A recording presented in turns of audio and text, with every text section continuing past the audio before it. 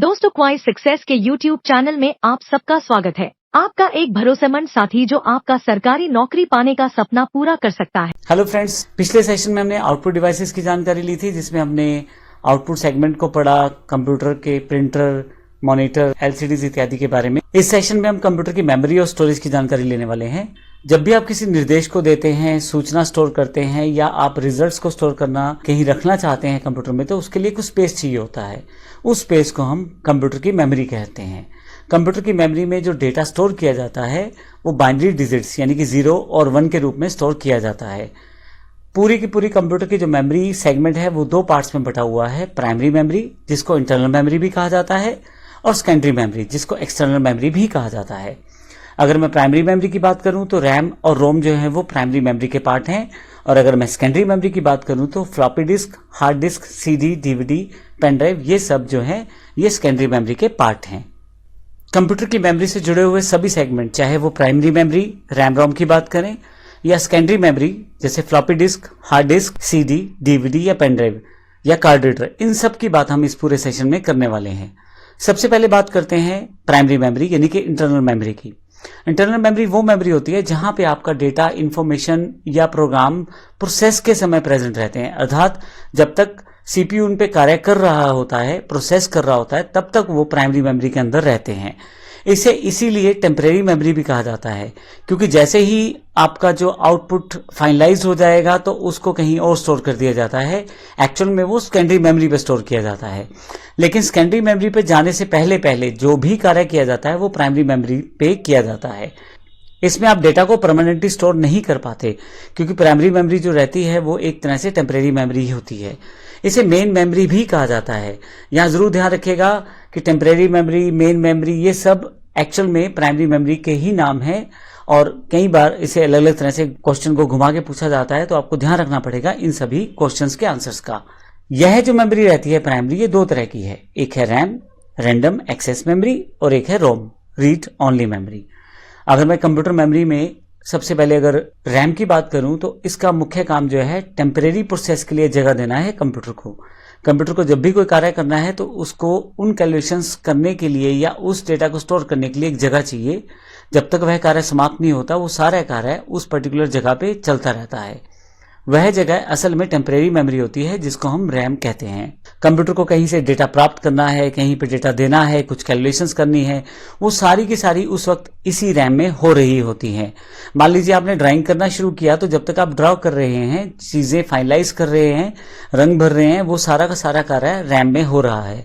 जब तक आप फाइल सेव नहीं करते, फाइल सेव करने से पहले पहले सारा कार्य जो रैम में हो रहा है। लेकिन जैसे आप फाइल सेव कर देंगे, उस फाइल की एक कॉपी जो है या उस फाइल को एग्जिस्ट कर दिया जाएगा सेकेंडरी मेमोरी में। तो सेव करने से पहले जो कार्य हो रहा था वो रैम में रहता है।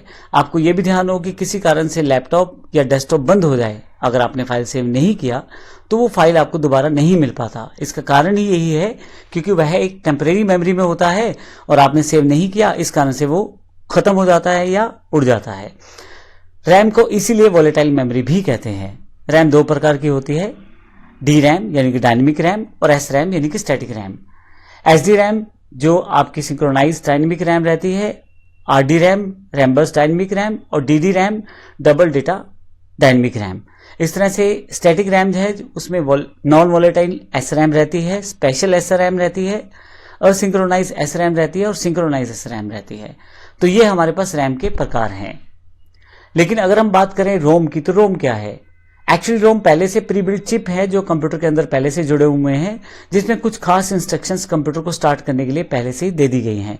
इसमें अलग से कोई मेमोरी अवेलेबल नहीं होती है, अलग से कोई कार्य नहीं होता। इसमें जो पहले से फीड कर दिया जाता है उसी इंस्ट्रक्शंस को कंप्यूटर फॉलो करता है।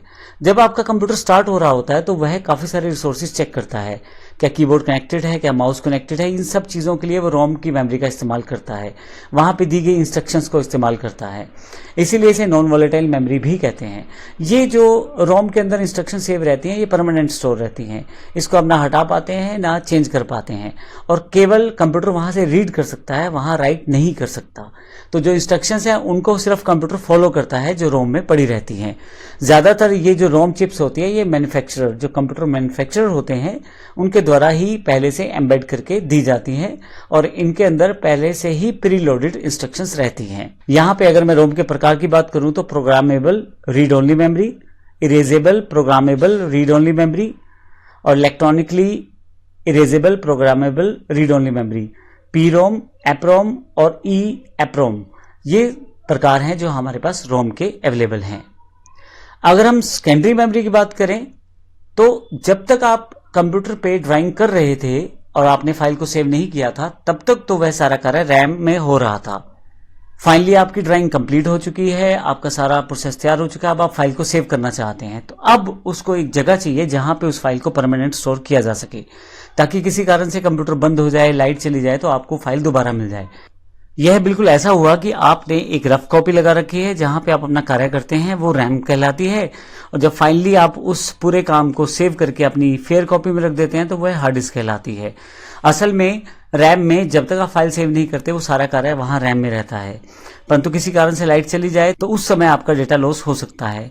और जब आपने अगर एक बार फाइल सेव कर दी तो उसको जगह चाहिए फाइल सेव रखने के लिए, इसके लिए हम सेकेंडरी मेमोरी का इस्तेमाल करते हैं। सेकेंडरी मेमोरी कई तरह की है। फ्लॉपी डिस्क अब बंद हो गए हैं। प्लास्टिक की एक छोटी सी डिस्क होती थी जिसमें मैग्नेटिक मटेरियल की एक लेयर चढ़ी होती थी और ये अलग अलग साइज की होती थी और इसको प्रयोग किया जाता था बहुत पहले। ज्यादा डेटा भी स्टोर नहीं कर सकते थे और कॉस्ट में भी ये महंगी पड़ जाती थी, लेकिन फिर भी आप एटलीस्ट एक जगह से दूसरी जगह डेटा ट्रांसफर करने के लिए इसका प्रयोग कर सकते थे। आजकल ये आउटडेटेड है और इसका प्रयोग नहीं किया जाता। इसके अलावा हार्ड डिस्क, यह वैसे तो एक्सटर्नल मेमोरी है लेकिन कंप्यूटर के अंदर सीपीयू भाग में कैबिनेट में जुड़ी रहती है। इसमें ही मुख्यतः सारा डेटा स्टोर करके रखा जाता है।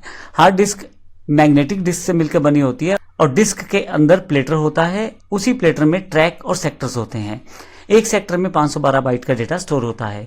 तो एक तरह से ये सभी सेक्टर्स, ट्रैक, प्लेटर सब मिलकर एक हार्ड डिस्क फॉर्म करते हैं जिसमें आप अपनी फाइल को सेव करके रख सकते हैं।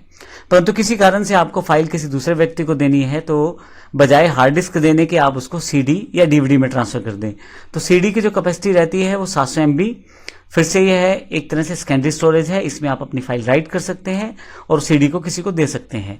तो असल में आपने किया यह है कि जो आपके पास हार्ड डिस्क में आपकी फाइल सेव थी उसको उठा के आपने सीडी में कॉपी पेस्ट किया और वो सीडी किसी व्यक्ति को दे दी। तो इस तरह से आप उस फाइल को उसे दे सकते हैं। ज्यादातर सीडीज में आप जब एक बार सीडी राइट कर लेते हैं तो दोबारा उसको रीराइट नहीं कर सकते। कुछ स्पेसिफिक सीडीज आती हैं रीराइटेबल सीडीज, लेकिन अब आजकल क्योंकि पेन ड्राइव का दौर है, मेमोरी कार्ड का दौर है, तो इसका प्रयोग बहुत कम हो चुका है। सीडी के अंदर यानी कि कॉम्पैक्ट डिस्क के अंदर 700 MB का डेटा स्टोर किया जाता है। सीडी का एक सुधरा हुआ रूप या एक बेहतर रूप है डीवीडी।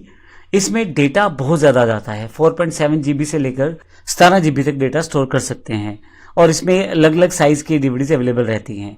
इसमें सीडी और डीवीडी दोनों में एक कॉमन इश्यू रहता है स्क्रैच का। अगर आपकी सीडी डीवीडी पे स्क्रैच आ गया तो फिर वहां से डेटा को रीड करना या राइट करना बड़ा टिपिकल है। दूसरा प्रॉब्लम ये रहता है अगर आपने डीवीडी या सीडी को एक बार राइट कर दिया है तो आप दोबारा उस पर डेटा नहीं डाल सकते। वो सीडी डीवीडी वंस राइट वाला फंक्शन रहता है, एक बार आपने राइट कर दिया तो बस उतना ही डेटा उसमें रहेगा। लेकिन आज की जो रिक्वायरमेंट है उसके अकॉर्डिंग चीजें बदल चुकी हैं। ना अब इस वक्त सीडी का ज्यादा प्रयोग होता है ना डीवीडी का। इस समय पेन ड्राइव और मेमोरी कार्ड का युग है तो इनको यूज किया जाता है। पेन ड्राइव और मेमोरी कार्ड आपको पता होगा क्योंकि पेन ड्राइव जो हम कंप्यूटर की डिवाइस के साथ लगाते हैं और मेमोरी कार्ड मुख्यतः मोबाइल्स के साथ प्रयोग किए जाते हैं। हालांकि वो कार्ड रीडर के साथ आप उनको कंप्यूटर के साथ भी एज अ पेन ड्राइव भी यूज कर सकते हैं। पेन ड्राइव एक पोर्टेबल डिवाइस है, इसको हम यूएसबी डिवाइस या ड्राइव के नाम से भी जानते हैं। प्लग एंड प्ले डिवाइस है, इसमें आपको केवल कंप्यूटर के साथ लगाना है और आपका डेटा आपके पास दिखाई देना शुरू हो जाएगा। और इसकी सबसे अच्छी बात है आप जितनी बार चाहे डेटा रीड करें, जितनी बार चाहे डेटा राइट करें। पुराने डेटा को उठा के आप नया डाल दें, जितना कैपेसिटी खाली है उतना डेटा आप उसमें डाल सकते हैं। पेन ड्राइव अलग अलग साइजेज में अवेलेबल होती है, जैसे 2 GB, 4 GB, 8 GB, 16 GB, 2 की मल्टीपल पावर में बढ़ती जाती है, 32 GB, 64 GB और 128 GB। अभी तक हमारे पास ये 128 GB तक की पेन ड्राइव्स अवेलेबल हो चुकी हैं। इसके अलावा 256 और 512 इसकी बहुत जल्दी ही आपके पास पेन ड्राइव्स अवेलेबल हो जाएंगी मार्केट में। तो इसकी कैपेसिटी बहुत ज़्यादा बढ़ती जा रही है पेन ड्राइव्स की। इसके अलावा हमारे पास मेमोरी कार्ड है। मेमोरी कार्ड एक प्रकार का स्टोरेज मीडिया है। असल में ये छोटा सा कार्ड रहता है बिल्कुल पेन ड्राइव की तरह, जिसमें आप वो सारे कार्य कर सकते हैं जो पेन ड्राइव में कर सकते हैं। लेकिन मुख्यतः इसका जो प्रयोग किया जाता है वो digital cameras, digital cam recorders, mobiles, MP3 players इत्यादि में डेटा रखने के लिए किया जाता है। आप मुख्यतः करते क्या है, मेमोरी कार्ड में अपने टॉपिक्स, वीडियोस, ऑडियोज को भर लेंगे और आप अपने मोबाइल में उसे देख सकते हैं। ये मुख्य कार्य रहता है मेमोरी कार्ड का। लेकिन मेमोरी कार्ड को कार्ड रीडर के साथ इस्तेमाल किया जाए तो पेन ड्राइव की तरह भी इस्तेमाल किया जा सकता है। तो इस पूरे सेक्शन में हमने देखा कि हमारे पास मेमोरीज कितने प्रकार की हैं, किस किस तरह से हम उसे प्रयोग कर सकते हैं। मुख्यतः हमने देखा कि प्राइमरी मेमोरी है जिसमें रैम रोम शामिल है, और सेकेंडरी मेमोरी जिसमें floppy disk, hard disk, CD, DVD, pen drive और कार्ड रीडर्स शामिल हैं। अगले सेक्शन में हम बात करने वाले हैं दो इंपॉर्टेंट कॉन्सेप्ट, वर्चुअल मेमोरी और कैश मेमोरी की। धन्यवाद। अब सरकारी नौकरी पाने का सपना आपकी मुट्ठी में है। पढ़ो घर से, अपने समय के हिसाब से, अपनी सुविधा के साथ। बस विजिट करो www.quis.success.org.in या डाउनलोड करो क्वाइस सक्सेस मोबाइल ऐप और पाओ 24/7 एक्सेस। और हाँ, सब्सक्राइब करो हमारे YouTube चैनल क्वाइस सक्सेस, बेल आइकन जरूर दबाओ ताकि हर नया वीडियो आप तक सबसे पहले पहुंच सके। धन्यवाद। Thank you.